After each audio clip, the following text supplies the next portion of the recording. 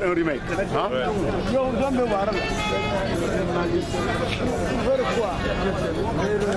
Monsieur Diop, bonjour. J'ai envie de dire sacré Monsieur Diop.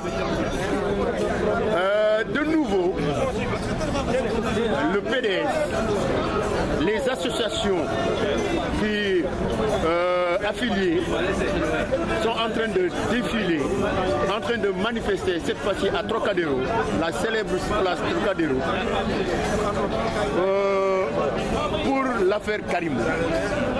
Quel est votre sentiment quelques jours avant la proclamation du verdict? Oui, bon, par rapport à cette manifestation, l'affaire Karim Wade, nous l'avons dépassée. Par rapport à la CREI, nous nous battons pour investir Karim Wade d'abord à la tête du Parti démocratique sénégalais et après pour qu'il puisse être le candidat du PDS et de tous ses alliés pour l'élection présidentielle de 2017. Parce que tous les Sénégalais, y compris Macky Sall, sont conscients que Karim Wade maintenant cristallise l'espoir du peuple, de tout le peuple sénégalais. C'est la raison pour laquelle la fédération du Parti démocratique sénégalais a organisé cette manifestation pour manifester son soutien par rapport à la candidature de Karim Wade pour l'élection présidentielle de 2017. Donc, maintenant, par rapport à ce que vous avez dit, le verdict de la CREI ne nous intéresse pas. Ah, pourquoi? Parce que nous ne reconnaissons pas la CREI. La CREI n'est pas habilitée à juger Karim Wade.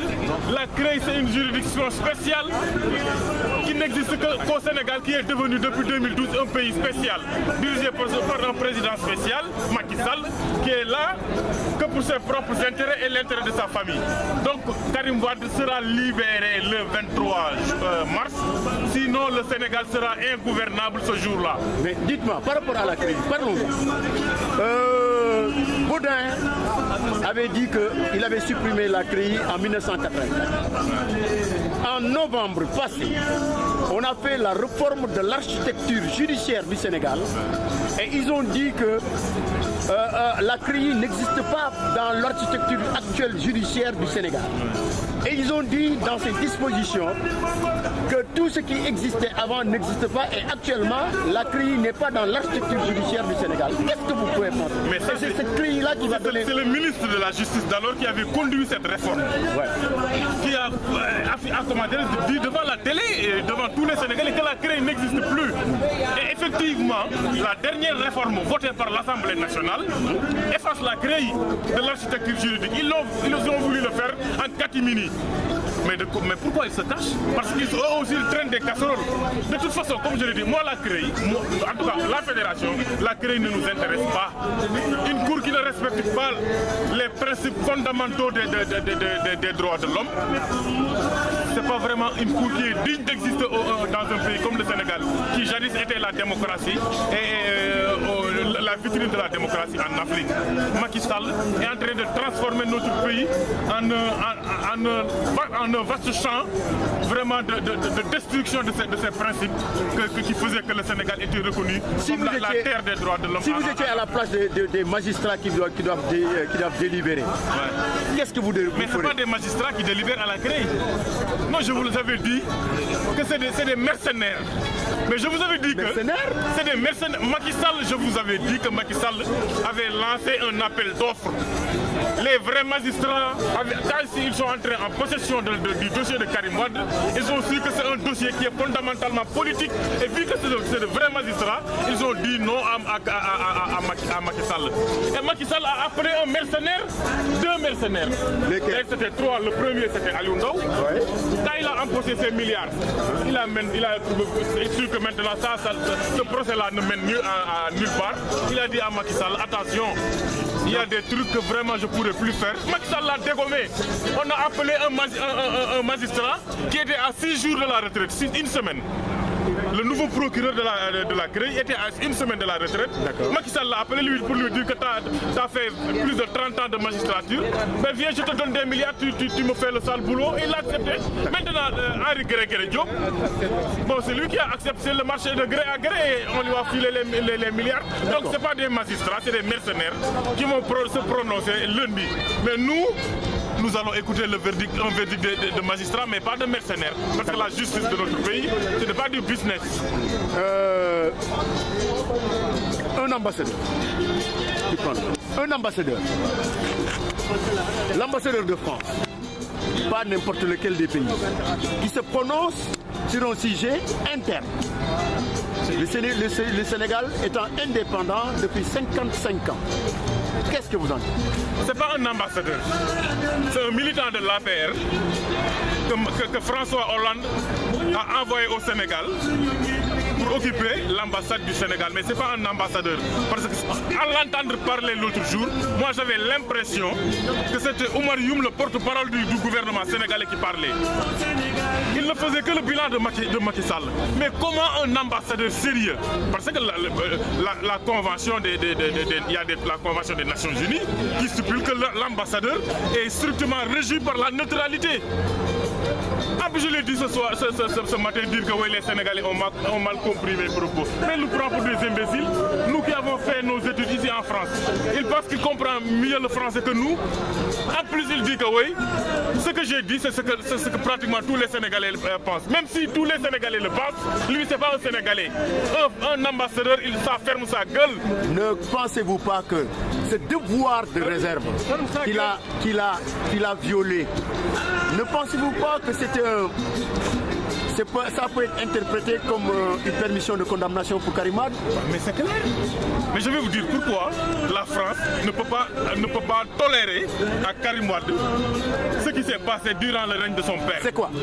Quand Abdoulaye Wade est venu, il a su que le développement, l'émergence ne peut pas se faire si le Sénégal continue à avoir des relations bilatérales avec la France. Il a tourné le dos à la France pour aller chercher d'autres investisseurs. Il s'est tourné vers les pays arabes et vers l'Asie. D'accord. Quand Karim Wade est venu, nous savons tous que Dubaï Port Road, c'est Karim Wade qui l'a installé au Sénégal parce que le Sénégal gagne plus avec le Dubaï Port Road qu'avec Bolloré. Et il y a eu une coalition autour de la France pour d'abord combattre Abdoulaye Wade. Vous avez vu ce qui s'est passé. Mais Macky Sall a reçu des milliards pendant la campagne électorale de la part de la France et de ses investisseurs. Ces businessmen français-là, ils ont financé la campagne de Karim Wade, de Macky Sall. Mais après, ils ont dit à Macky Sall, il faut régler à ce gosse-là, il faut lui régler son compte. C'est tout. C'est un acharnement contre Karim Wade. Mais comment, dans quel pays sérieux voyez-vous un ambassadeur qui s'immisce? Même nous qui sommes sénégalais, nous n'avons pas le droit de nous immiscer dans des affaires pendantes devant la justice sénégalaise, à plus forte raison qu'un ambassadeur qui est censé être neutre. Et pour vous dire que ce qui se passe au Sénégal, en tout cas ce qui s'est passé est cautionné par le président François Hollande. Regarde en Côte d'Ivoire, le mercredi passé, Alassane Ouattara a relevé son ambassadeur parce qu'il s'est prononcé sur la problématique du Sahara occidental. Automatiquement, Alassane Ouattara a pris le décret parce que ce n'était pas la position de la Côte d'Ivoire sur cette question. Maintenant, s'il est maintenu toujours dans son poste, c'est parce qu'il est... Et le ministre des Affaires étrangères, Laurent Fabius, et le président de la République française cautionnent ça. Et nous allons organiser dans les plus brefs délais un rassemblement devant le Quai d'Orsay pour demander son départ du Sénégal. Parce que ce n'est plus un ambassadeur, c'est un militant de l'APR. Avant-dernière question. En 1962, on a dit que Mamadou Dia a fait un coup d'État à Senghor, alors que dans la réalité, l'histoire a montré que c'est Senghor qui avait fait un coup d'État. L'affaire Karim Wade actuellement, par rapport à Macky Sall, est-ce que vous ne pensez pas que c'est un recul démocratique? On est en train de refaire la même chose. Mais pire que ça. Mais non, vous m'avez parlé de l'histoire qui nous a démontré que c'était pas vrai. C'était pas vrai, c'est Senghor qui avait fait. Dans le cas Karim Wade, c'est le président qui nous montre que c'est pas vrai. Al-Bouri Ndao, qu'est-ce qu'il a dit mercredi devant le tribunal? Je n'ai aucune preuve qui atteste que le compte de Singapour appartient à Karim Wade. Et Karim Wade a été inculpé grâce à cause de ce compte bancaire-là, qui n'existe pas. S'il n'y avait pas ce compte bancaire-là, il n'y aurait pas de deuxième mise en demeure, Karim Wade serait libéré. Mais il a dit que oui, je n'ai aucune preuve qui atteste que ce compte-là appartient à Karim. Mais Aliou Ndao, il est petit comme son nom. Vous savez, en Wolof, Ndao signifie petit. Aliou Ndao est petit comme son nom. Mais de toute façon, il sera poursuivi. Le 23, Albouri Ndao sera poursuivi et il va démontrer devant tous les Sénégalais qu'il a agi sous le compte de Macky Sall. C'est Macky Sall qui l'a poussé avec sa cour de répression de l'enrichissement illicite à inventer un compte pour que Karim Wade puisse rester au pouvoir. Parce que la CREI dit clairement qu'au bout de 6 mois d'instruction, si vous n'avez rien contre l'inculpé, vous le libérez. Dernière question. 23 mars, Karim Wade condamné.